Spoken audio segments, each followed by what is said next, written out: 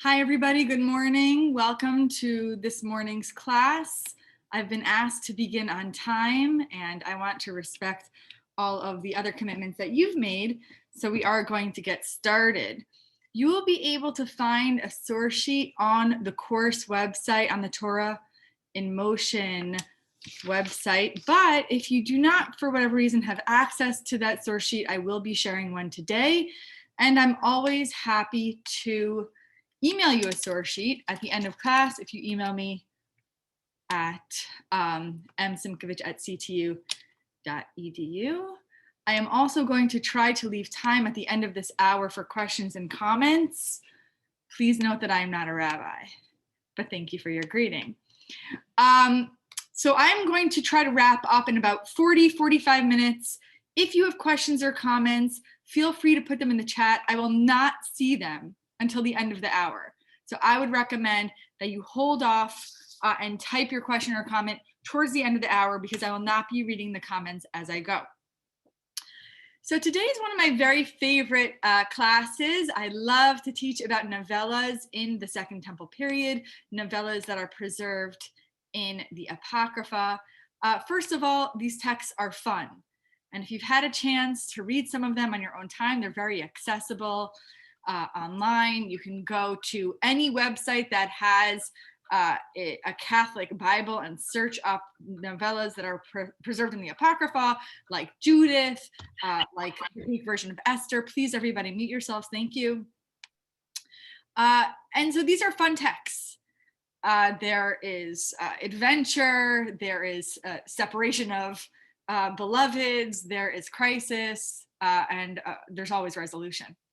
Before we get started on the particular novellas that I want to talk about today, I want to give a few overarching sort of big ideas, and then I'll share my screen.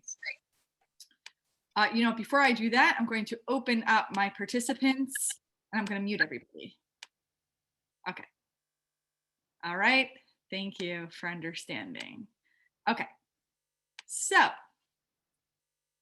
in the 2nd century BCE, Jews are living all over the Hellenistic world. We've talked about this already. They're living in Judea. They're living in what's called the Western diaspora, all across the Mediterranean, North Africa, Italy, Rome, Antioch, all across the Levant, the Mediterranean lands. There are Jews. That's what's called the Western diaspora by some scholars. And there are Jews living in what's called the Eastern diaspora, Babylonia, which of course becomes Sasanian Persia, where Jews are speaking various dialects of Aramaic, and there are Jews in Judea. So there are Jews throughout this entire massive region of the Hellenistic world, and Jews are writing and writing and writing, and they're writing in various languages. In Judea, they're writing in Hebrew and Aramaic. In the Western diaspora, they're writing in Greek, and in the Eastern diaspora, they're writing in Aramaic. But there are certain common themes to Jewish writing at this time, which suggests that there is not a cultural binary between what language you speak and how you practice as a Jew, or what your worldview is, what your Jewish identity is. There is incredible fluidity between these cultures, and there are big ideas that appear in texts that were originally written in Greek or in Hebrew or in Aramaic. And if you look at novellas that were originally written in a diverse set of languages, mainly Greek and Hebrew, you'll see that common ideas begin to emerge. And so common ideas, but also common questions. And so these novellas address major themes and major questions for Jews living in the 2nd century BCE. If you did not have a chance to look at my first 2 videos and watch them, I recommend that you go back to them, because today and over the next few classes in the series, we're going to keep going back to some things that we discussed in the first 2 classes. And so the novellas address big questions. What is the place of the Jew among Gentiles? What is the place of the Jewish people among Gentiles? How does God protect the Jewish people in this age without prophets and without explicit miracles? How does God protect the Jewish people regardless of where they live, whether they're in the diaspora or in Judea? How do we Jews know that the covenantal relationship between God and the Jewish people is living? And how can we pass that idea on to our children? And finally, we know what a Greek hero is. Even Hebrew-speaking Jews in Judea were familiar with Hellenistic ideas and Hellenistic stories, but what is a Jewish hero? And can we discern a difference between a Greek hero and a Jewish hero? What we're going to see, and we're not going to have time to go through this whole source sheet, it's a reference sheet for you, but we're going to see that many of the central figures in these Jewish stories, whether they're written in Hebrew or Greek, whether they're written in Judea or the diaspora, many of the central figures in these stories are women. And I'm going to put forth a thesis about why this is the case. And you might know some of these stories. I'm sure most of you are familiar with the story of Judith, of Yehudit, whose story is written in Hebrew in the second half of the 2nd century BCE. I'm sure you're familiar with the story of Esther, maybe even in its Greek version, which is very different from its original Hebrew. But there are other heroines as well that we're going to encounter today. And I would like to posit a theory regarding why Jews in the 2nd century BC and on through the rest of the Second Temple period are writing novellas, writing adventure tales that have women at their center. How could this be? So there are some theories. Tal Ilan, who is a very well-known scholar of the Second Temple period and writes a lot on women in the Jewish Hellenistic world, Tal Ilan makes a connection between these fictional women and very real historical women. The question of whether Judith is fictional or not, I could get to at the end of the hour, but Tal Ilan is reading these stories as fictional stories, and you could put that on the back burner, take it or leave it. But she makes a connection between these figures and women, female members of the Hasmonean family who occupy positions of power. Women such as Berenike, who's a Hasmonean princess in the 1st century, Salome Alexandra, who's the queen of Judea from 76 to 67 BCE, and many other very prominent female figures, Mariamne or Miriam, who's the wife of Herod and brutally murdered in the second half of the 1st century BCE. These are all Hasmonean princesses and queens. And Tal Ilan says that as Jews acclimated to this idea that Jewish women in Judea were occupying very real and substantive positions of power, they became comfortable with writing about women as representations of the Israel experience. Now, whether that's right or wrong, I want to layer something else onto it by looking back at the biblical text. And all Jews, if they were observant, whether they're reading their scriptural text in Greek or Hebrew, the Jews in the diaspora in Judea knew their scriptures. And they knew that the biblical prophets imagined the experience of Zion and of Judea in the form of a personified woman. And you can find this in Yeshayahu, the last 26 chapters of Yeshayahu, and you can find it in the minor prophets. And this is the theme that finds expression in many, many prophetic texts preserved in the Tanakh. And why is this the case? Why do the biblical prophets imagine the experience of Zion as an embodied woman?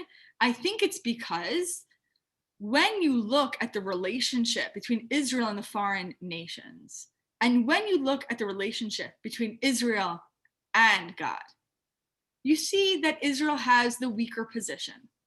Israel is vulnerable, right? When it comes to God, and if you've read Yechezkel, the 16th chapter of Yechezkel, you see a very startling manifestation of this image of Israel as a woman. But in the marriage metaphors of Hosea, for instance, you'll also see this relationship of God and Israel being imagined as a marriage. Israel is weak. Israel needs God. Israel's vulnerable to God. And Israel's success depends on its acknowledgement of its dependency on God. In the ancient Near East, we're in a patriarchal society where this wasn't considered not PC or offensive. This was the social reality of the people. And so Israel as a woman makes a lot of sense. It also makes a lot of sense in terms of its relationship, not just with God, but with the foreign nations. Imagine Israel versus everybody else. Again, the minority, weak, vulnerable, dependent.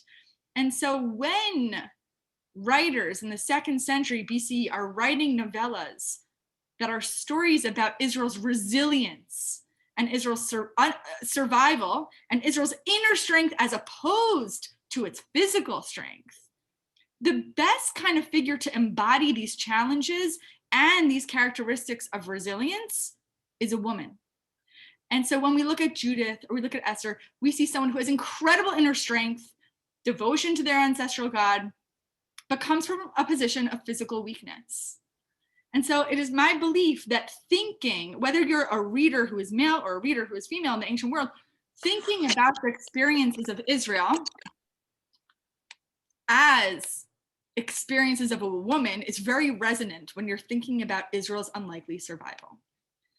And so now we're going to look at some sources, and we're not going to get to all of these texts, but we're going to start with a text that I think is often deeply misunderstood and misread, if it's read at all, and that's the story of Judith, of Yehudi. And so now I'm going to share my source sheet. And I invite you to follow along if you have it in front of you. So I have a timeline. Again, we've gone over this timeline, but the reason why I include it here is because I changed it a little bit from the timelines that I've shared with you in earlier classes, because here I added some women so that you get a sense of a historical reality in which, especially in Judea, Hasmonean women are taking very public positions of I wouldn't say power, but certainly in the public eye. You have Berenike here, the great granddaughter of Herod, is born. You have Queen Helena of Adiabini. I could talk about her if you're interested at the end of class.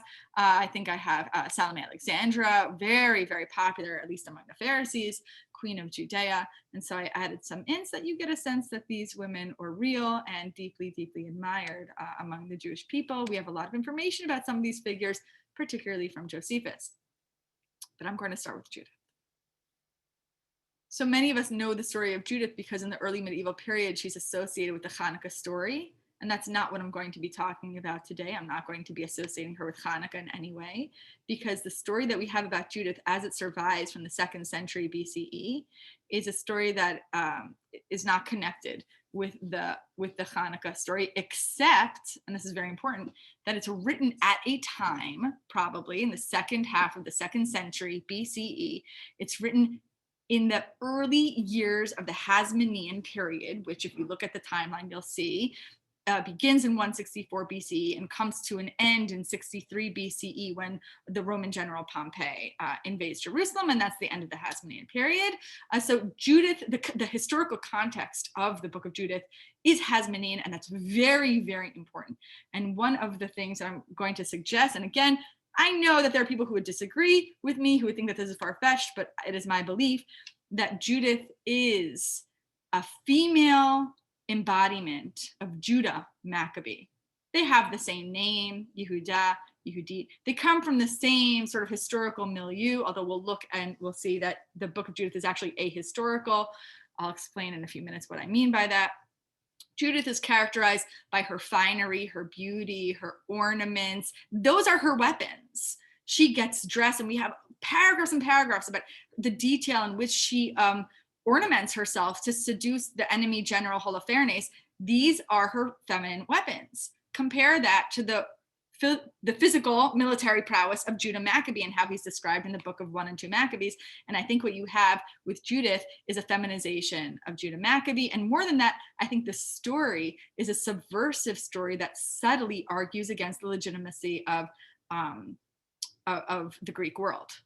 But what makes Judith so hard to understand is that there's really no historical information here that makes any sense at all. And we have to understand that the author in the opening verses of this work makes it very clear that he does not want the reader to read the story as historical. And we're going to ask why.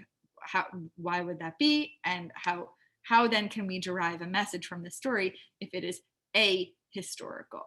And so the story opens up. I don't have the whole, I only have 12 verses here, so I'm going to fill in a little bit.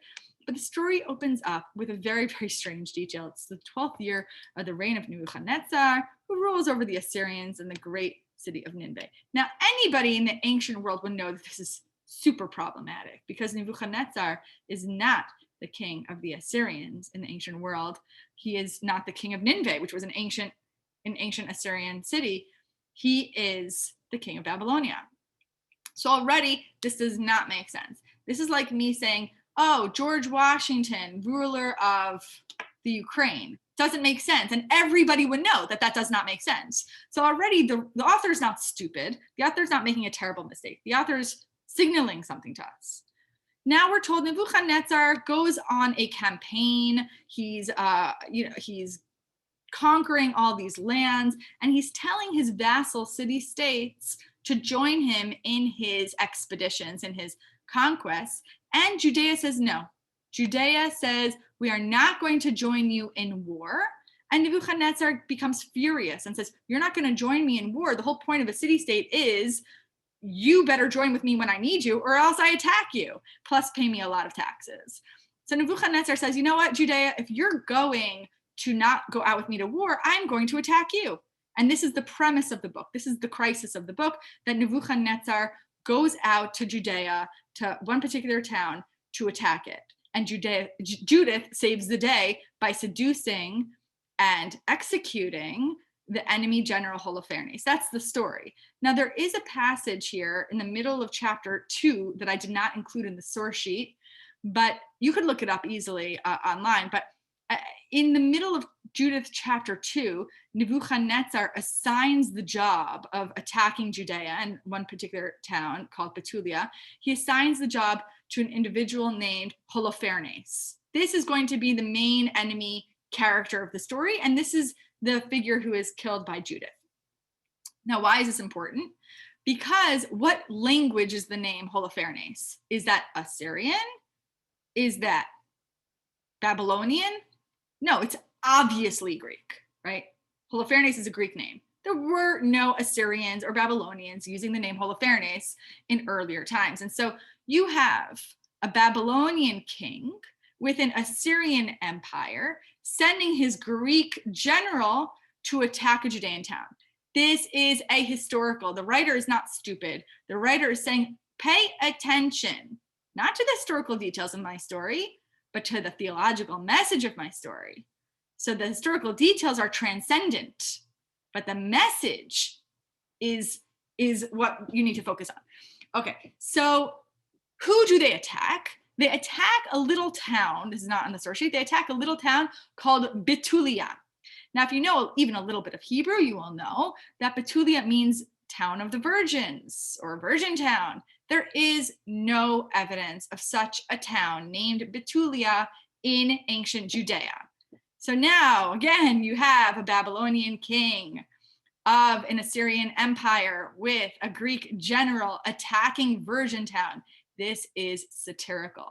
And I think it's satirical because it would have been dangerous in the second half of the 2nd century BC to write an actual text that bashed the Greeks. And the Greeks are horrible, the Greeks are terrible, here's why we hate them, here's how we defeated them. That would be very destabilizing and risky.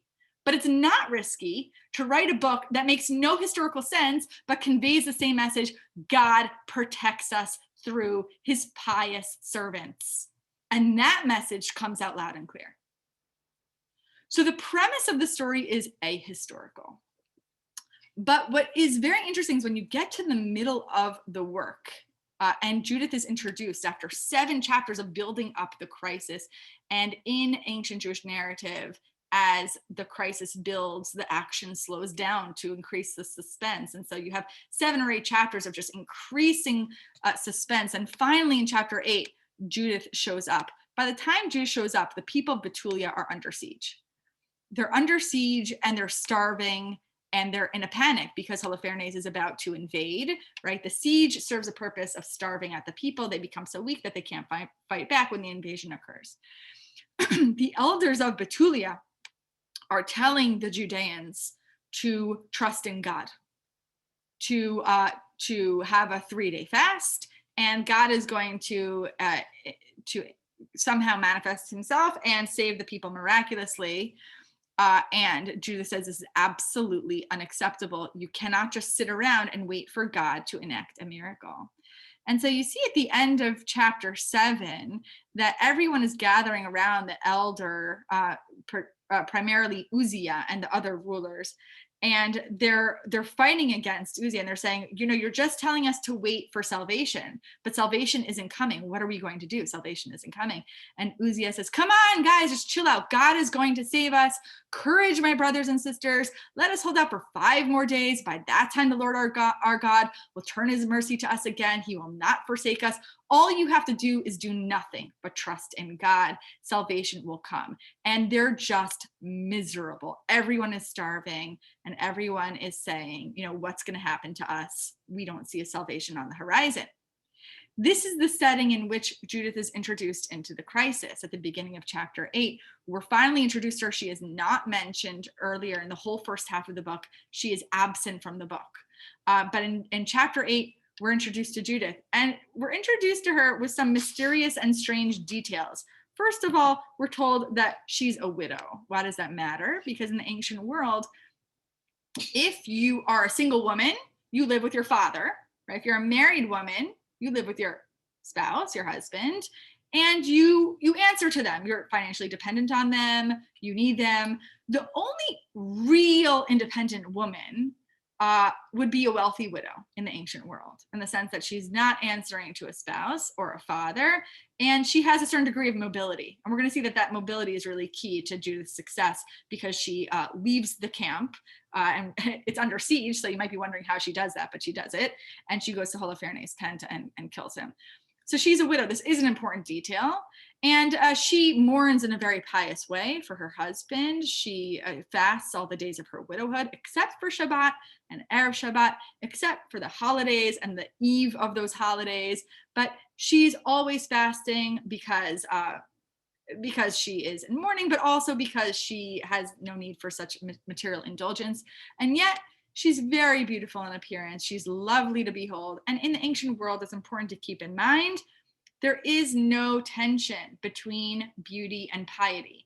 Whereas I think in today, especially in modern Western society, we have a stereotype of the blonde bimbo, or if you're very, very attractive, then you're probably not very smart. Or if you're very smart, then you look a little nerdy. But in the ancient world, and if you think about what the Greeks valued, the mastering of philosophy and knowledge, and also the perfection of the body, these things go hand in hand. And so this is a Judean text written in Hebrew by a pious Judean who is influenced by this Hellenistic idea that perfection of the body and perfection of the soul and the mind go together. And so the fact that she's beautiful is only an asset. And it also derives from other figures who are very popular in the Second Temple period, and we'll talk about one of them next week, Daniel and Joseph. These are diasporan heroes who are not only maximally pious, but also very attractive. Again, an asset, not a deterrent. And these are going to be, these aspects of her beauty are going to be literally her weaponry. Okay, so when she hears what's going on, and that all the people are desperate and starving, and Uzziah is telling them just to sit tight and wait for God, she sends her maid, who is not named in the story, by the way, and this is a very neutered translation of slave. The Hebrew's doulos, which means slave. So the English translations have maid, but that's just there to make us feel good. This is a woman slave. So she's in charge of all she possessed. Some slaves in the ancient world had mobility and had, kept the books or whatever. And so she summons the elders. And remember, Judges 4 and 5, Judith is a combination of Yael and Deborah. And remember, at the beginning of Judges 4, Deborah summons Barak. She sits there and she says, Barak is not being a good leader when it comes to defeating our enemies. Bring him to me. And Barak comes to her and he's like, I don't want to go to war unless you come with me. And then she's like, all right, I'll come with you. So this is definitely borrowed from that scene. She summons the elders, and that's a sign of power. When you go to someone else, you're the one who is recognizing the power of the individual. So she is clearly very revered. She's very communally respected. She summons the elders and they come to her and she says, all right, you clowns, listen to me, rulers of the people of Bethulia. Remember, this is not a town that likely existed, but listen to the message. That's what's most important. What have you said, or what you have said to the people today is not right. You've sworn and pronounced this oath between you and God, right? You're testing God. Who are you to put God to the test, right? You're fasting and you're just waiting for like miraculous things to plop down from the heavens. You don't do that. You don't manipulate God. You're putting the Lord Almighty to the test. You will never learn anything. You cannot plumb the depths of the human heart or understand the workings of the human mind. By the way, I view this as very Hellenistic. Again, this is a Hebrew text written in Judea. That is like a typically Stoic line. So these cultural influences cross geography and they cross language. How do you expect to search out God who made all these things? Come on, you gotta take this into your own hands.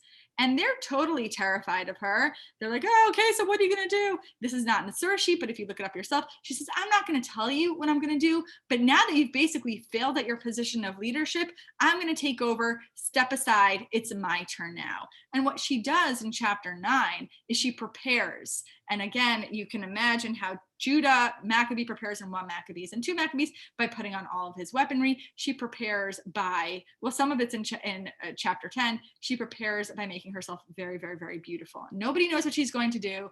So even the reader is meant to be full of confusion and suspense, like what she's supposed to save the people, but she's going into her closet and trying on dresses. Like, come on, Judith, like get out there. I don't care if you're wearing a denim skirt or, whatever.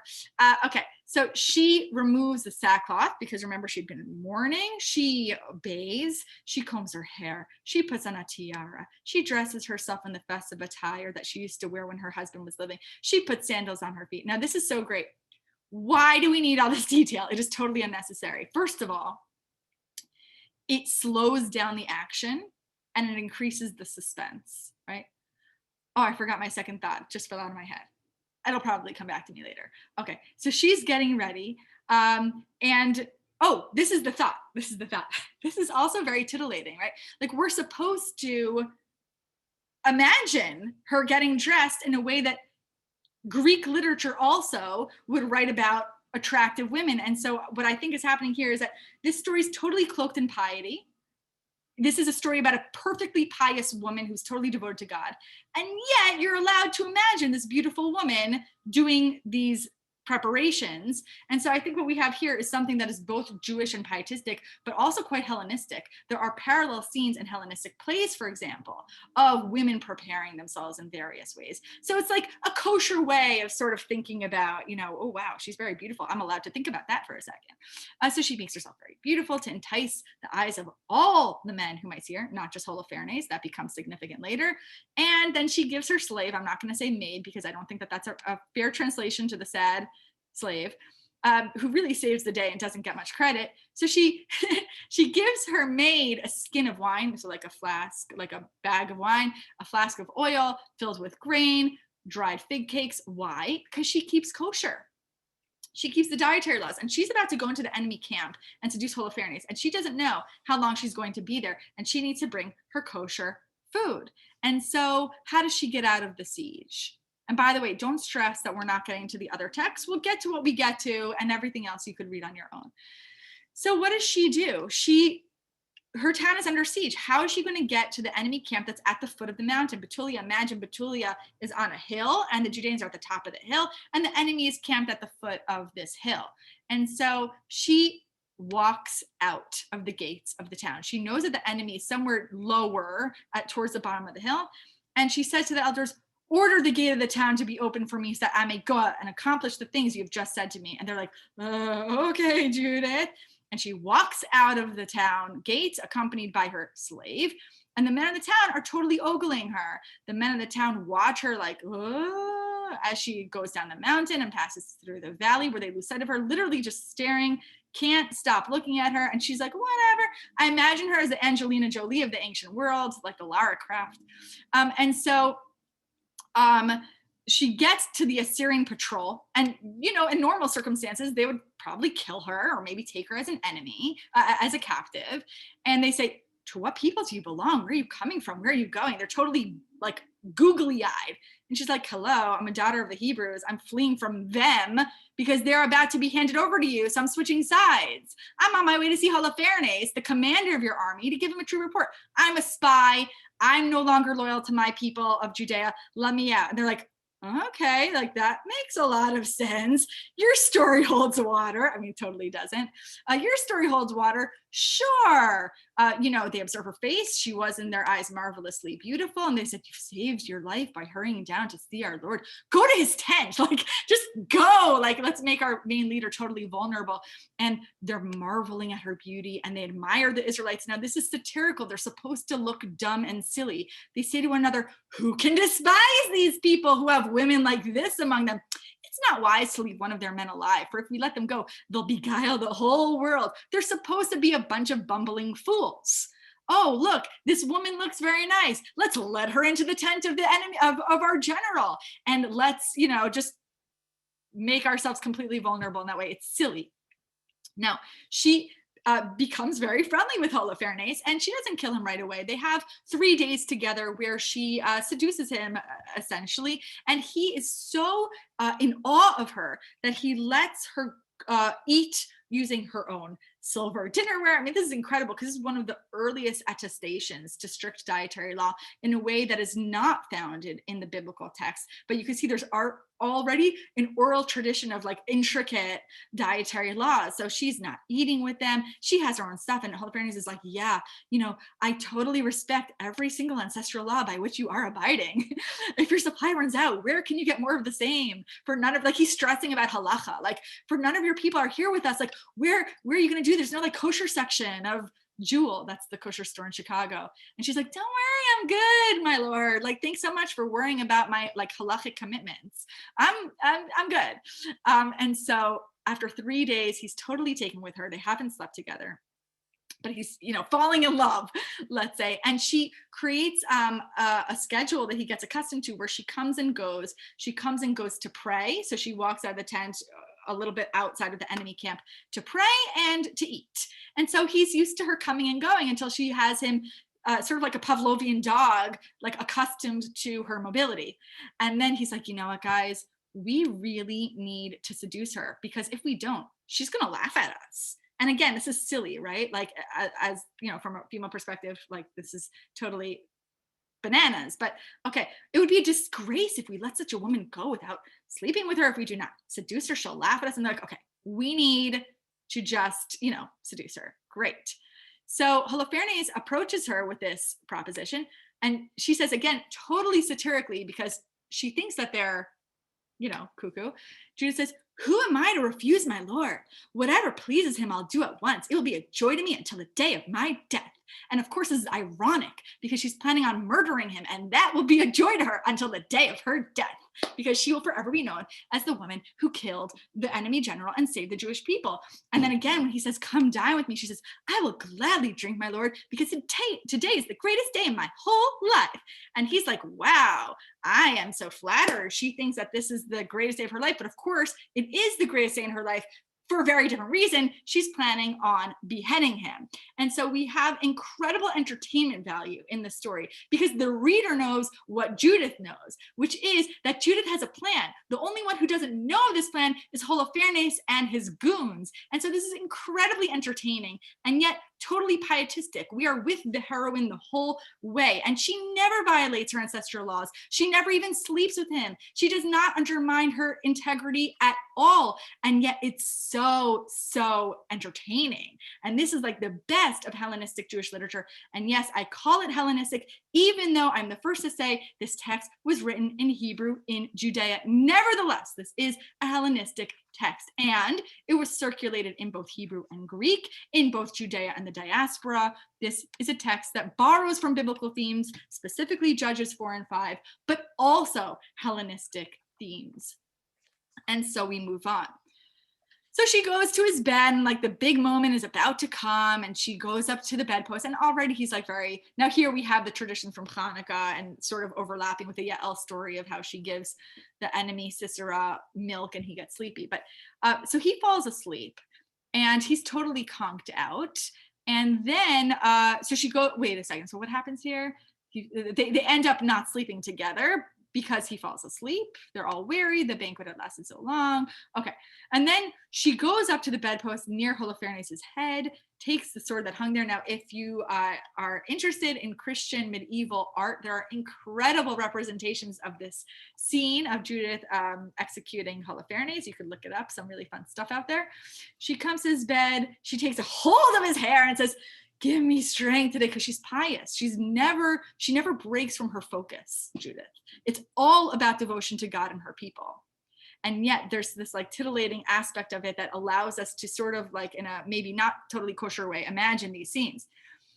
"Give me strength today, O Lord God of Israel." And then she struck his neck twice with all her might and cut off his head. And there's some great detail here, so I have to share it with you. She rolled his body off the bed, pulled it down the canopy from the post, and then she goes out and she gave Holofernes' head to her slave, who places it in the food bag. What? Slave lady who's not named, what are you doing taking his bloody head and sticking it in the food bag? Okay, I love this. I love this detail. So the way that I read this is that, okay, she rolls his body off the bed and then pulls down the sheets from the four-post bed. I think then what it isn't saying here, but what I think happens is, so she has the sheet, she has the head, she wraps the head up in the sheet and then sticks it in the food bag. Otherwise, like, her grilled fish is like very much not kosher. I can't imagine like mixing up with her food. So I think that she wraps the head in the sheet and then puts it in the food bag. For some reason, this feels like an important detail to me. Sorry, I'm getting a text message on my computer. It feels like an important detail to me because otherwise, like, that's disgusting. Anyway, so she goes back to Betulia. Salvation has been effected. She goes back and she calls to the elders, "Open the gate. God, our God, is with us," still showing his power in Israel and his strength against our enemies as he has done today. And the people are just overjoyed. The rest of the enemy camp, once they realize that Holofernes is dead, they escape. And she sings, it's not in the surah sheet, but she sings a beautiful song that imitates the song of Devorah in Judges chapter 5, Shoftim Hey, and thus the people are saved. So again, what is the point of this book? I think, first of all, you can't separate the ways in which the author is dependent on biblical tradition and the ways in which the author is dependent on the cultural milieu, the Hellenistic cultural milieu around him. And so there are aspects here that are very Hellenistic, and there are aspects here that are clearly biblical. What's most important is that Judith never breaks her focus on doing this for the sake of her people and her God. She is pious till the end. The fact that this story is ahistorical, by which I mean that the historical details simply don't work, is intentional, but I do think that this is a satirical text, a polemic against the Syrian Greeks, whom Judah and his brothers had defeated between 175 and 164. But it would be risky and dangerous to write an anti-Greek text in the middle or late 2nd century BC. And so we have a ahistorical text that I think is clearly a polemic against the Greeks. And ironically, using Hellenistic stylistics to articulate that polemic against the Greeks. Okay, I do see that there are some comments, but I'm not reading them right now. So if you could maybe save them, I'm going to try to wrap up in maybe 10 minutes. But we've only talked about one text, and I really want to talk about the Greek version of Esther. The fact is that many of you know about this Greek version. The older Hebrew version of Esther is hard to date, and I'm not going to bother trying to date it. And I'm also not going to delve into the many challenges of Hebrew Esther because these are very well known. No God, no prayer, no reference to ancestral tradition, and two other very big problems that people don't think of. One is the happy ending of Hebrew Esther is intermarriage. Esther and Achashverosh walk off into the sunset, and that's the happy ending. Right? We all talk about, oh my gosh, there's no God in Esther. Whoa, how could this be in the Tanakh? How could it be in the Tanakh? The happy ending of this book is intermarriage. That to me is a bigger problem. But also it centers the Jewish people and their existential survival and their success squarely in the diaspora. And I think that that's a problem too for Judeans who are reading this story and saying, wait a second, the existential fate of Israel doesn't lie in the diaspora, it lies in Judea. Greek Esther comes to address these issues. There are 6 editions in the Greek version of Esther that become preserved in the Apocrypha. And these editions include God is everywhere, God is running the show. There are miracles, there is prayer, there are references to some ancestral law. There are 6 editions. And if I had more time, I would love to tell you these editions, like really go through them in detail because they're fascinating and a lot of fun to read. The first edition is very Hellenistic. Mordechai has a dream. It's interpreted in the last edition, in edition F. And this dream is very Hellenistic. Again, we're in Greek Esther now. This is the Greek version of Esther. In the dream, Mordechai sees 2 battling dragons and one defeats the other and he doesn't know what it means. Of course, this dream totally foreshadows the whole story. It's meant as a literary technique to tell us exactly how the story is going to go. Noises and confusion, thunder and earthquake, tumult on the earth. 2 dragons come forward, again, very Hellenistic. And they roar terribly. At their roaring, every nation prepares for war. Anyway, he like wakes up in a sweat. He's like, what does this mean? And then in the final edition, he's like, I get it now. Israel was the victorious dragon and the other nations were the non-victorious dragon. So it just sets the stage in a very Hellenistic and yet pietistic way. The second edition and the second to last edition are the letters of the king that in the first case insist on the genocide of the Jewish people, and in the second case repeal the edict of genocide. So it's the content of the letters that we don't have in Hebrew Esther. And the middle sections are prayers at the pinnacle of the crisis that Esther and Mordechai utter, because there are no prayers in the Hebrew version. Okay, but I'm not going to really pay attention to any of this, although I really encourage you to look at these on your own. I do ask, if you've joined late, that you please mute. You know what? I'm just gonna mute again. Okay, thank you very much. Okay, so I'm not going to draw your attention to what's extremely intriguing, and I encourage you to read on your own, the dreams of Mordechai, the interpretation of the dream at the end of Greek Esther, and the prayers of Esther and Mordechai. All of this serves to both read like a more Hellenistic story and also read like a more pietistic story. But what I want to pay attention to with our limited time is the conclusion of Greek Esther, which does not appear in Hebrew Esther. Hebrew Esther has a very sort of anticlimactic ending. The happy ending of Greek Esther is intermarriage, which we don't seem to usually be bothered about.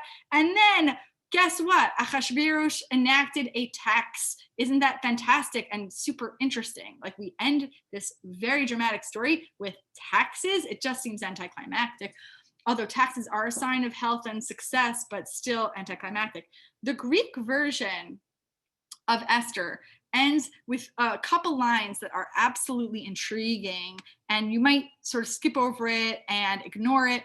But I think that understanding this conclusion, what's called the colophon of Greek Esther, is really the key to understanding the book as a whole. And this is what it says. In the 4th year of the reign of Ptolemy and Cleopatra, and there were a few Ptolemy and Cleopatra brother, sister, king, queens of Egypt, so it's unclear when we could date this, but I would say early 1st century BCE, maybe 77, 76 BCE. Dositheus, Greek name of a Jew living in Judea, because remember, there are no clear geographic binaries when it comes to these cultural influences. So we have a Greek, we have a pious Jew in Judea with a Greek name, okay? So in the 4th year of the reign of Ptolemy and Cleopatra, Dositheus, who said he was a priest and a Levite, and Ptolemy, his son, brought to Egypt this epistole, this epistle. So the whole text of Greek Esther brought this text concerning the Furei, I would say the Purim, saying that it was authentic, and that Lysimachus, the son of Ptolemy, a resident of Jerusalem, had translated it. Now, why is this so important? It seems like pretty boring historical detail about the nature in which this text was produced, but it's actually very, very important to understanding the story, because what this colophon does is it transforms Greek Esther into a Judean text. Now, we often think of Greek Esther as the Greek version, the diasporan version of the story that was produced by diasporan Jews for diasporan Jews, totally outside of the Hebrew version, which was circulated and read in Judea. That's simply not the case. In fact, if you compare Hebrew Esther with Greek Esther, Hebrew Esther seems much more oriented to the diaspora. The prayers of Mordechai and Esther in Greek Esther allude to the temple. It's more centered in Judea. And this colophon tells us something that actually we don't know about Hebrew Esther, which is that it was produced in Jerusalem by priests and Levites, leaders of the Judean community. Now we don't know if they produced all 6 editions. Some scholars say that a few of the editions were actually produced after it was sent to Egypt based on linguistic analyses of those editions. But we know that the skeleton, the bones of Greek Esther, was produced by Judean Jews in Jerusalem for the purpose of being disseminated to the diaspora. And to me, this is very fascinating because it sort of undermines the diasporan focus of the story. It says, well, yes, this is a story of how the Jews in the diaspora were saved, but it's authorized and legitimized by the leaders of the Jewish people who are in Jerusalem. So I think this is a very fascinating historical nugget. And it makes me think that Greek Esther and Judith come from similar milieus, 2nd century BCE, Judea. Yes, Judith was clearly originally written in Hebrew. Almost no scholars disagree with that, but it soon circulated in Greek in the diaspora.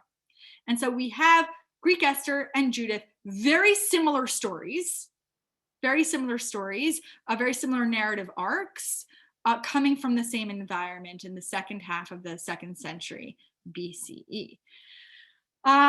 So why was Judith not canonized? Well, that I think is simply a very boring answer. People ask me all the time, but I think the boring answer is it's late. It was produced in the second half of the 2nd century. It's circulated in Greek. There aren't, unless you maybe date the second half of Daniel to very, very late, which some academics do, there really aren't texts in the biblical canon, in the Tanakh, that are written this late. So Judith is not preserved in the Tanakh, but I would call Judith a very, very pietistic text. I don't know how much more I want to do, being that it's 10:45. I want to briefly introduce 3 Maccabees to you. It doesn't have anything to do with the books of Maccabees 1 and 2, which we'll talk about, I think, in 2 weeks. So it doesn't have anything to do with the story of the Maccabees. But I think the author had 2 Maccabees because there's overlapping language, but the story is not about the Maccabees. The story, some have called it the diasporan version of Esther, because the story is about a crisis of Alexandrian Jewry. Ptolemy the king wants to enter the Jerusalem temple. He is rebuffed by the high priest, and he takes his rage out against the Alexandrian Jews when he comes back home to Alexandria, and he says, I'm going to kill all the Jews who are miraculously saved. If you compare 3 Maccabees to Esther, whether it's Hebrew Esther or Greek Esther, you will see narrative parallels between these stories in a way that suggests, although I'm not totally convinced, that the author is carefully attentive to the story of Esther and wants to make a diasporan version, not an Eastern diasporan version where it takes place in Persia, but a Western diasporan version that takes place in Alexandria that would speak to Jews. There are about 1 million Jews, remember, living in Egypt at this time, or maybe less, but certainly hundreds of thousands of Jews. And so he wanted to produce a story that had a similar narrative arc, but a resonance that was particular to the experience of the diaspora. And so I would invite you on your own to read the story, note the parallels with Esther, and note the sort of crisis salvation motifs. The one thing I would say about 3 Maccabees is that it does not have a female heroine. It doesn't. The reason why I cannot say, but it does not have a female heroine. It doesn't even have a male heroine. It has pious leaders such as Eleazar and Simon the high priest, but these figures are not, the protagonists are not followed all the way through. So it does not feature a female heroine. I cannot tell you that I have a satisfactory answer as to why that is the case. If you're interested in other novellas, I would suggest that you look at the 2nd century BCE Alexandrian Greek text known as Joseph and Asenath, which talks about Asenath, the wife of Joseph, and her story of what you might call conversion to Israelite religion. This has nothing to do with crisis and salvation. It's just a lovely tale of love between two individuals and addressing a biblical problem, which is how could Joseph have married outside of his own Abrahamic covenantal community? And comes this text and says, no, she piously and genuinely converted, although of course conversion is a difficult word to use when we're talking about the ancient world, because there wasn't a systematic rabbinic conversion at this early stage. But it's a lovely and entertaining novella produced in Alexandria, circulating in Greek. Finally, Tobit is another text. By the way, Joseph and Asenath is not preserved in the Apocrypha. Tobit is another adventure tale. This is an earlier text, late 3rd century BCE, written in Hebrew, definitely, I think, Judean. Again, I'm not going to tell you the whole story now, but what I want you to know is that there is a genre here. And the genre of novellas is extraordinarily popular because it allows Jews, whether they're in the diaspora or in Judea, whether they're writing in Greek or they're writing in Hebrew, it allows Jews to explore pertinent questions of identity without taking major political risks, right? Because you could have a fictional king who is really evil and really wants to annihilate all the Jews. And as long as you're not naming the particular king who's living in your own time, you're pretty safe. Right? But if you're going to write a history of Antiochus IV Epiphanes and what he did to your family and how he killed, God forbid, how he killed your neighbors and your children or whatever horrible thing he did, then you're setting yourself up for extreme risk. And so the novellas that are produced at this time address major questions of Jewish identity. Many of them argue you can learn from the Hellenistic world, but you must understand that your Jewish ancestral tradition always takes precedent and is always superior culturally, theologically, to the Hellenistic world in which we live. Okay. So with that, I'm going to look, I see the questions. I do feel bad because I can't necessarily read all of these right now, but I did put my email in, I did put my email into the chat. I know all the parallels between Judith and Devorah and Yael. That is not the nature of today's class, but it's definitely very interesting for another shiur. Lots and lots of parallels there. I think what I would invite you to do now is, I'm going to try to answer a couple of these questions, and then you can stay on to ask questions, because I'm not going to address all these now, but I see a very easy one. Where is Joseph and Asenath found? So in the first class, we talked about the collection of the Pseudepigrapha. And the Pseudepigrapha is a collection that derives from the late 18th century, when Johann Fabricius, who is a German Protestant scholar, goes to ancient libraries and monasteries and starts collecting ancient texts that were not canonized. And this collection has grown and grown and grown and grown over the past 2 centuries or 3. And so today we would say that Joseph and Asenath is preserved in the Pseudepigrapha. We have many, many, many medieval manuscripts of this document. And the fact that we have many medieval manuscripts of it in different languages tells us it was probably extraordinarily popular. Do you need to be wealthy to write these texts, or were there patrons who supported the less wealthy? That's a fascinating question. I don't know, I can't tell you like the exact socioeconomic circumstances of each author, but I could tell you the fact that they know how to use not only earlier scriptural texts, but also Hellenistic ideas that are circulating among Stoics tells me that they're well educated in Hellenistic thinking for the most part, even Judith.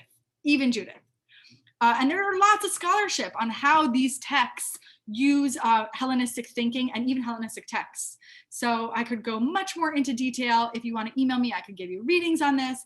But it seems to me that if you are highly educated in the ancient world, you are economically privileged. Was Esther ever meant to be taken as a Greek version of Esther while slipping in motifs to conform to Judean ideals? Was it meant to be taken as truth? I'm not going to get into the question of truth now, because I don't think that Jews in the 2nd century read texts the way that we read them today, like so associating the value of a text according to its level of veracity. I don't know if they were worried about every detail being truthful. That's not what they read for. I think that they read for message, not for historical archive. At this time, I'm going to invite you to call out a question. I see some people are starting to leave. I know that there's a class coming up in 7 minutes, and I want to be able to give you the time that you need to get a cup of coffee or whatever. But feel free. I don't know if I can. I think I can unmute you, or can you unmute yourselves? Could you tell us about the text? Why does the Megillat Esther end with text? You said it's something to do with Greek. Oh, I think it's very innocuous. Why does the Hebrew version of Esther end with a tax? I think that that's a sign. I think that that's a compliment to the ways in which Mordechai and Esther contributed towards the health of the overall kingdom, and represented by the permissiveness of allowing the Jews to live as they want to live, rather than threatening the health of that kingdom, as Haman claims. I think it contributes to the health of the kingdom. So I think it sounds sort of like a boring detail to us, but if the accusation of Haman is the accusation that we're seeing over and over in anti-Jewish writings at this time, which we are, there are lots of anti-Jewish writings in the late Second Temple period that Jews destabilize and they threaten the wealth of the government, then I think that this tax detail actually serves as a polemic against that anti-Jewish threat. Thank you. Lahavdil, like Donald Trump, was very good for the economy. Oh, great. I'm a little tempted to get into politics, but, I'll just say thank you. Oh, the next class is at 12:15. Okay, so you have some time. Yes, did you have a question? First, with reference to tax, couldn't you say that this way Achashverosh wouldn't be tempted to bribes of 10,000 silver, whatever, the shekels, like of Haman to kill the Jews? That way you have a regular source of income and you don't have, That's a great reading. Yeah, that's a great reading. That's interesting. I haven't heard that before. Yeah, I think David Dowby said it, I believe. I had a question about, could Judith be a critique of Hasidic quietism in favor of Maccabean activism?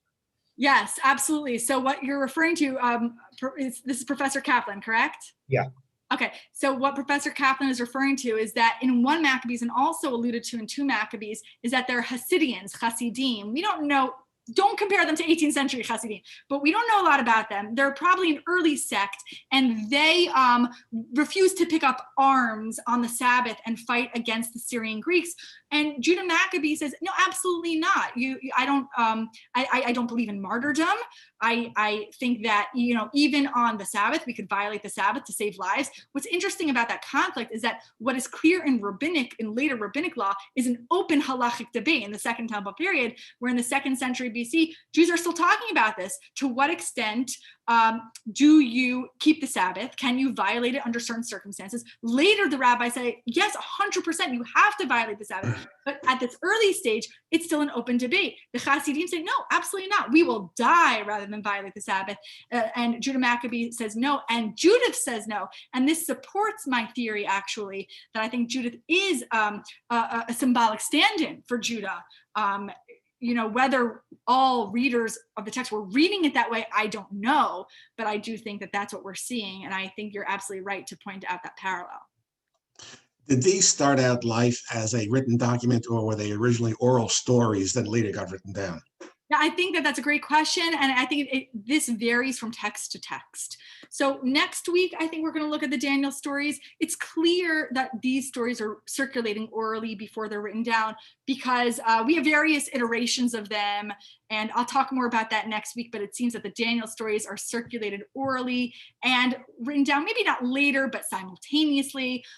These questions are, very messy because we don't have the manuscriptal evidence to really know for sure. When it comes to some of these texts, however, I do think that they came to life on the page. So for example, I think whether or not there's a kernel of historical truth that Judith is based on, I think the text as we have it was written down. And the reason why I think that is because I think that Judges 4 and 5, Shoftim, Dalet and Hay, are so incredibly foundational to this book. Now, again, there could have been a historical kernel that, something happened that sort of undergirds this story that is no longer historical. And I'm not denying the possibility or even the likelihood of that. But I think the book as we have it, I think really wasn't necessarily circulating orally, if that makes sense. So I think it really depends on the text that you're dealing with. Why was I have wh- a question why that I have was- on that. You know what? I'm going to take Gerald, and then I'm going to take, I don't know who, there was one woman. It's Casey. Casey, and then we're going to wrap up. So Gerald and then Casey. Okay. Question, as far as the additions are concerned to Esther, that's a rather unusual phenomenon that there should be additions floating around as opposed to complete books. Could it not be that there were two editions of Esther working in parallel with each other, and that these are not additions, but actually excisions? So that's a question. I think you might be interested in Elias Bickerman's work on this, because he asked some of those questions. I think the bigger question is, and also Aaron Kohler has a really nice book on Esther that addresses some of these questions. Can I say for sure? No, I can't say anything for sure. The scholarly consensus is that this book was expanded with some of these additions, but based on the nature of the Greek in, I believe it's the Edict of the King in the second to last editions, those come later. So that's the scholarly consensus. There is some diversion, and again, I could recommend Bickerman's work on this too. I personally cannot tell you that I'm compelled either way. You may have just answered my question, but I was wondering, why was the Hebrew Esther canonized, but not the Greek Esther?